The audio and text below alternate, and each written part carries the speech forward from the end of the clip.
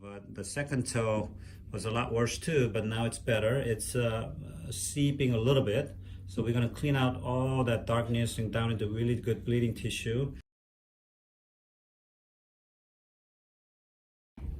Okay, good. Okay, now when I came down to the bottom of the foot now, you can now see the ulcer here. According to Tony, it's been getting better, right? This is getting smaller. It used to be a lot bigger. And then you see the third toe is gone now, but the second toe was a lot worse too, but now it's better. It's seeping a little bit. So we're gonna clean out all that darkness and down into really good bleeding tissue. And then we're gonna wrap it up, and then we're gonna modify shoes so that we can really take pressure off this area, which is really the key. And then when we see him maybe in a couple of weeks, hopefully it'll be a lot smaller than where it is now. Okay, so I know we're carrying a conversation. We're just at the lunch now, right? So we're gonna reduce some bread, right? Just half it. And then tell me what's going on with your dinner. For dinner, I'll have a little rice, sometimes steak with a little gravy, and no bread. And I won't eat no canned vegetables. No canned vegetables, yeah? Okay. So how do you... Because I know they soaked in salt. Right. Okay. So you know a lot about all this stuff already, yeah. So you just need to change a few things, just reduce it. I usually always recommend my patients and all the people that I teach is have a cheat day, okay? Just monitor your sugar carefully. It's hard to not cheat because there's so much temptation, right? Yeah. There's a lot of stuff that you want to eat, so if I tell people not to cheat, then they're going to cheat anyways, right? Yes. So we want to be able to cheat with some relief or pride with it, right? So Saturday is my cheat day. I like to go to like In-N-Out sometimes to get their burger. Some days I get like those animal style with the protein style, so no buns. But that gets a little old too, right? So sometimes I just eat the actual all the buns and everything. My sugar doesn't go up that much because I've been really good, right, the whole week, right? So that's what I do. Your dinner's pretty good, obviously. How about your exercise? What do you do for exercise? It's hard now because of the ulcer, huh? Oh yeah, I do. Well, at work I do a lot of walking, and then I have to climb up on top of a vacuum truck. So I usually get pretty good exercise at work. And then around the house, I'm always doing something, cutting the yard, working on a car. So I'm very seldom. Some of those guys like you just can't sit down, can you? Yeah, you're one of those guys. Keep moving, right? Yeah, I told him I said, I'm from that generation and he had to work. Man, I like you young guys. I want to grab turn on the TV, use the phone and sit there for 2 hours. And I said, I can't even sit on a computer and play a game for 30 minutes. Oh, really? To me. You get a little antsy, huh? You need to keep moving. I gotta go mow the yard, do something. Do something, huh? Okay. They're like, do you ever know how to sit down? I said, yeah, for about 20, 30 minutes. Or I'm at the house and I'm nothing to do. I sit down and watch a football game and cock my feet up. Sometimes I might have one beer out of 6 months. Really? I don't drink every day. On a cheat day, right? On a cheat day. I said, I think I have a beer today. It's a football game on, and I might order me a pizza and eat about 2 slices. And then my granddaughter, she'll come in and her and her friends have finished off the rest of the pizza. Yeah, okay. Well, good. I said, well, y'all can eat that. I got my 2 slices out of it that I'm supposed to have. Yeah. So you're moving, constantly moving is very important. And then you belong to a gym, or have you ever been to a gym lately? Or mostly waiting on this to heal up. To heal up, right? Okay. You may be able to do some sit-down exercises like bicycling and things. So that really helps to get things circulating. But you move around quite a bit. A lot of diabetics don't move at all. So I think you may be pretty good the things you're doing.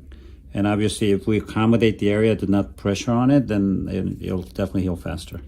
So as you can see, I got it down into good bleeding tissue. So now this is able to heal. I'm going to wrap it up pretty well after. And hopefully when we see him next time, it'll be a lot smaller. So I'm going to go to the next toe, which is this one. Also going to clean up all these things like scabs and things. Because we want to get down to a good bleeding tissue because that stimulates new cell growth. If you have all these things sitting on top of it, then it doesn't heal from the bottom up. We want to heal from the bottom up. So we want to get to the bottom and then get rid of all of this. And then when we take the pressure off, it's really gonna help you. So that's what we're doing here. The nail's gone though, huh? Yeah. It'll eventually try to come back. Oh, it's gonna come back? Mm-hmm. Oh, you had it come back before? Because that one there on the big toe was, like I said, all of it trying to big old blister. I just peeled all that off, the nail and all. And it started coming back. Yeah. Okay. Do you take any collagen supplements or do you take any supplements of any kind? No. No? Okay. So I recommend bone broth soup. What is it? Bone broth soup. You know, it's like a chicken soup. You know chicken soup, right? Yeah. Chicken noodle soup, right? When you're sick, what happens? People give you chicken noodle soup, right? Right. Because it's the most amazing thing when you cook chicken or any kind of bone, whether, you know, beef or chicken or fish, you know, pork or whatever. All the minerals that are in the bones, they come out. And then all the collagen is what makes up bones and joints. A lot of people don't know that, but it's that material that makes up your bone. It's a little gooey type of material that comes out. You know, when you cook, it's pretty oily. When you do those bone broths, it's pretty oily. People think it's fat, but yes, they are sometimes, but a lot of them are collagen. Okay. And collagen is like your walls. It's your bricks. It's required to heal these kind of area. If you don't have enough collagen, you cannot heal this very effectively. Okay. So what I do, we Koreans eat, you know, I'm Korean. We Koreans eat a lot of like a beef stew or a lot of bone broth soup naturally. So I eat at least 3 times a week. It helps your skin. I know you look pretty good though. You look pretty good for your age, but you can even look better, you see. So, and then it helps healing this area because it's got all the minerals, all the collagen to rebuild this skin that's on here, right? So I highly recommend, you can go to Costco, and they literally throw away all those bones. You can buy some of that really cheap. And then you put them in the big crock pot. You cook it, put all kinds of spices that you like ginger, garlic, you know, whatever, all the other spices. And then you cook it like 6-8 hours, right? Very slow heat. And then all that stuff comes out of the bone. All the collagen and the minerals. That's why when you eat chicken soup, you get better really fast. It's not a myth, you know? There's a science on that thing, right? Same thing. So I highly recommend to heal this wound, you need more collagen. Okay, so we need the building material for your skin to really regenerate. Okay, so that's going to be really important. And then now you can see the second toe is really cleaned up nicely. There's some bleeding going on in there, but this is very nicely cleaned up. I'm very excited to see him next time to see how much we close this down with the help of collagen and eating better. And well, he keep moving, so I'm not worried about his exercise, but I think he's got good bleeding, which is a really good sign that he's going to heal very well. So I'm very happy to see all the good bleeding coming. So there's really no reason for you not to heal.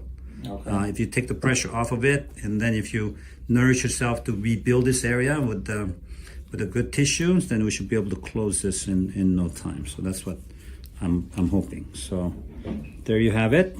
And then it looks really nice. You want to have a final picture?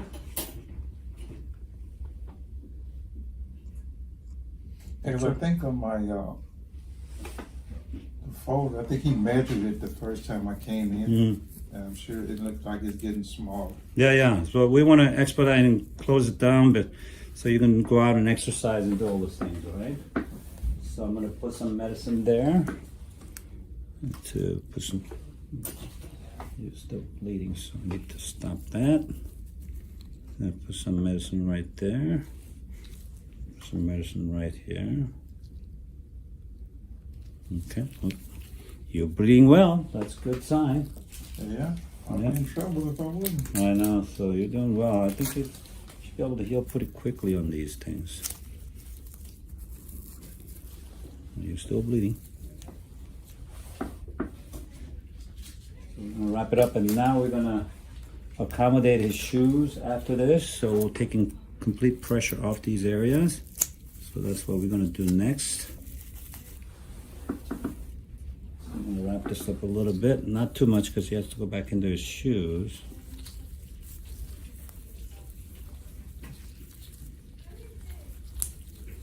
Okay.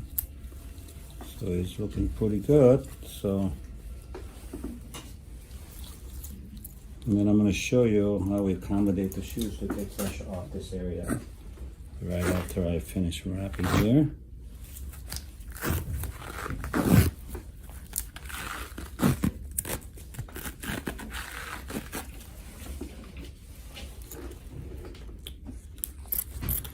Okay.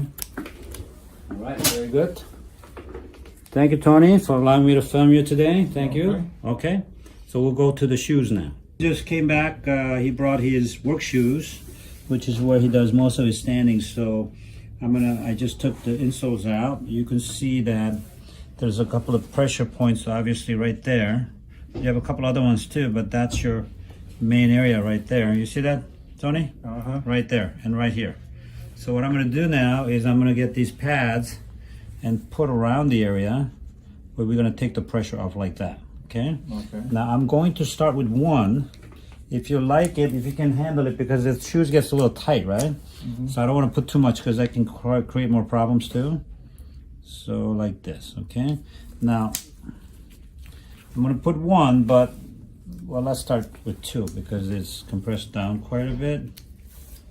So I'm going to put two here. Now, if this is too much for you, just take one layer off, okay? If it's that means if it's too bulky where it's the top of the toe is hitting the shoe and it's uncomfortable, you could peel one off. And then after a little while, it's going to compress down, and I'm going to give you some extra pads, so you're going to put some new ones. And that's going to make a big difference because the pressure, rather than being here, it's going to be over here, and it's going to be a lot less pressure on these areas. We're trying to heal those wounds, so, okay? Okay. So there you have it. This is how we modify our orthotics or any insoles to take pressure over a certain area. Also, I promised Tony that I would give him one of my books, one of my first books. It's called The 9 Secrets of Health. So this is a book that I wrote about 11 years ago. It has all the secrets about how your body works and how to improve from any disease, including diabetes. So this is a book. This is on Amazon. They're a little bit expensive what they charge, but it's a good book, I think. I wrote it. So here we go. Tony? Thank you very much. I will sit down and start reading this tonight. I know he promised me that he would read, so I'm giving it to him. Okay, I'll sign the front so that he knows where it comes from. So there you have it, and looking forward to seeing Tony again. Thank you, Tony, today. Thank you For all your good input and your feed. Thank you.